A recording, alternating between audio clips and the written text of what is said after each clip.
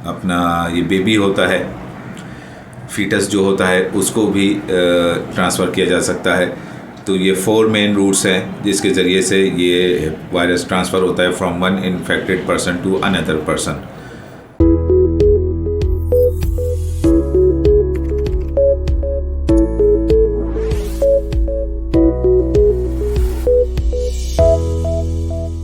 अस्सलाम वालेकुम, welcome to channel doctor Mohammad Fahim e health. आज हमारा टॉपिक है as per commitment hepatitis B and D है। हेपेटाइटिस बी एंड डी तकरीबन एक जैसी हेपेटाइटिस हैं और मेनली इसमें हेपेटाइटिस बी का रोल बड़ा ज़बरदस्त है, क्योंकि हेपेटाइटिस डी जो है वो देखा यही गया है कि वो हेपेटाइटिस बी के साथ जो है वो आता है, अदरवाइज़ हेपेटाइटिस डी अलोन नहीं आता।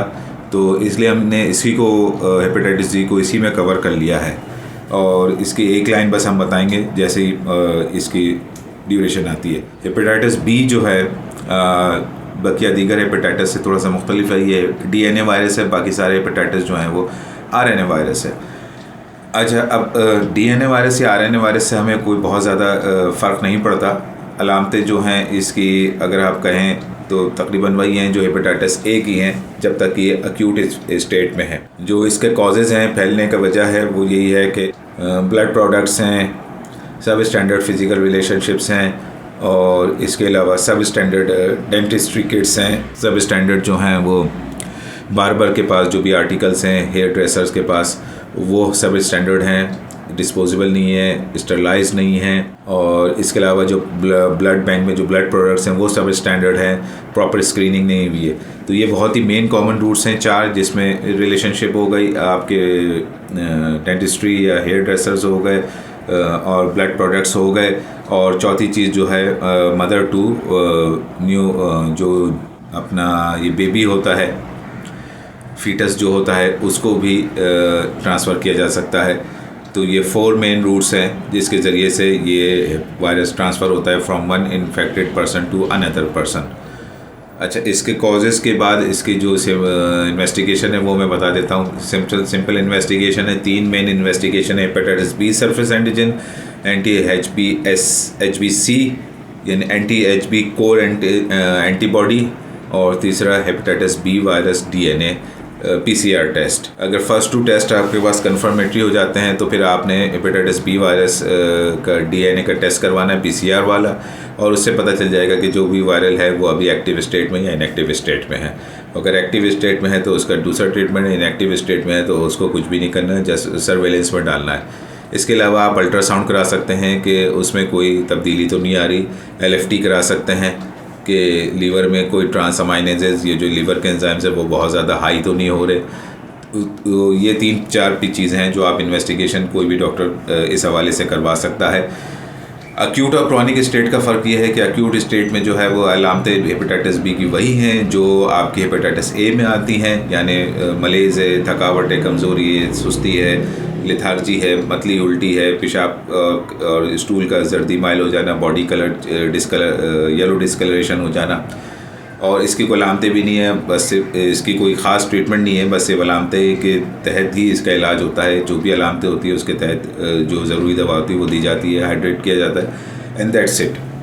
अच्छा, क्रॉनिक हो जाए और क्रॉनिक के बाद अगर ये एक्टिव हो जाए तो उसमें फिर देखा जाता है कि इसको फिर एंटीवायरल की ज़रूरत है या नहीं है, और एंटीवायरल की क्या डोज़ है वो डिसाइड होती है।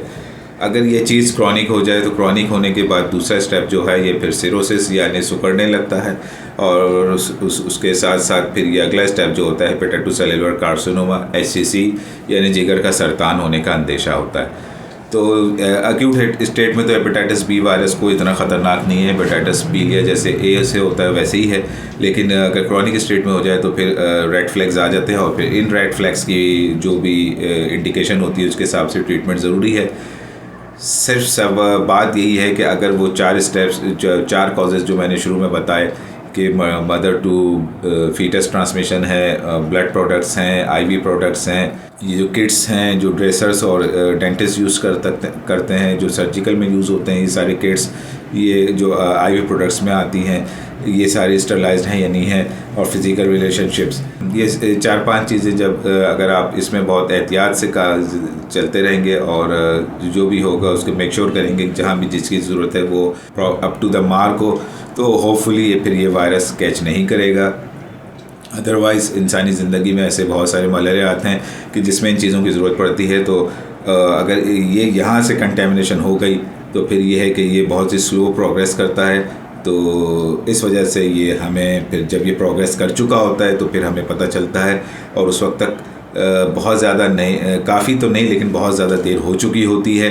ये है कि फिर एंटीवायरल और इसके जो आपकी ट्रीटमेंट होती है वो देने के बाद भी चांसेस कम होते हैं सर्वाइवल के। अब तो शुक्र है कि बहुत सारी इम्प्रूवमेंट आ गई है मेडिसिन में, तो ये है कि प्रोग्रेस हो जाती है और अच्छी प्रोग्नोसिस है इसकी।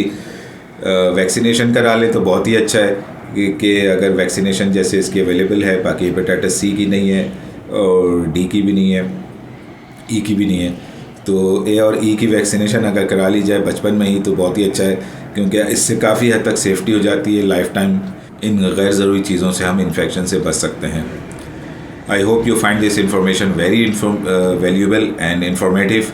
Thank you once again for watching. Take care. Allah Hafiz.